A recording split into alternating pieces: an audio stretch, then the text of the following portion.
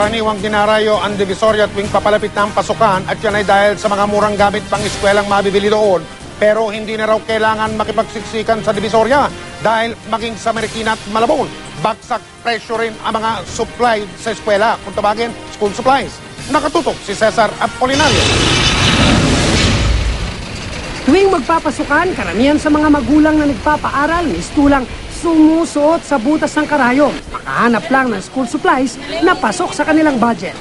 Kaya si Emily Lapira na may dalawang chikiting na pumapasok sa eskwela, ngayon pa lang sinuyod na mga tindahan. Wala raw siyang balak makipagsiksikan sa Divisoria dahil malayo sa Marikina. Buti na lang daw at may mga tindahang bagsak presyo sa kanilang syudad.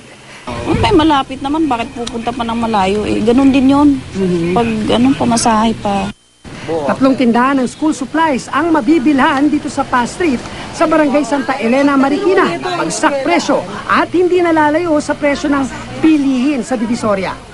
Ang halaga ng mga ballpen, lapis, notebook at papel naglalaro sa 5 to 13 pesos ang presyo kapag retail.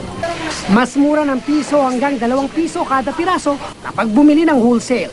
Kaya ang mga residente ng Marikina, Rodriguez at San Mateo Rizal, Pasig, Antipolo at Poggio dito namimili. Nakikita na rin ako doon.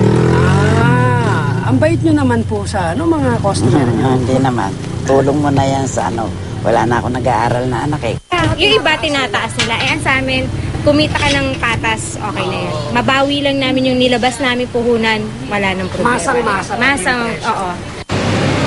Pero ang mga taga-Camanaba area sa Paper City sa Governor Pascual Street sa Malabon ang punta tuwing magpapasukan dahil mas mura pa raw sa Divisoria ang benta nilang school supplies. Factory price ang kada gamit dito kaya pati mga taga-Bulacan gaya ni Josie Ebuena na may 5 anak na pinag-aaral, gumasos lang daw ng 800 piso imbis na 1,400 pesos kung sa ibang tindahan mamimili. Talaga ngayon magkano gastos mo ngayon? 800 po. 800 lang. So laki ng tipid pala. Tapos pamasahe mo, mura lang din. 11.50 po. Kung sa Divisoria ka, Malayo na po. naglalaro sa 250 hanggang 1250 ang presyo ng ballpen, lapis, notebook at long pad. Pati ruler, glue, gunting at bag, mas mababa pa sa Divisoria ang presyuhan.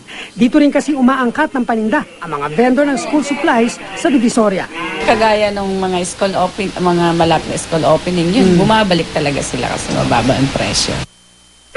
Payo ng mga may-ari ng tindahan, tiyaking agahan ng pamimili para hindi maperwisyo sa dagsanang mamimili, lalo na pagpasok ng Hunyo.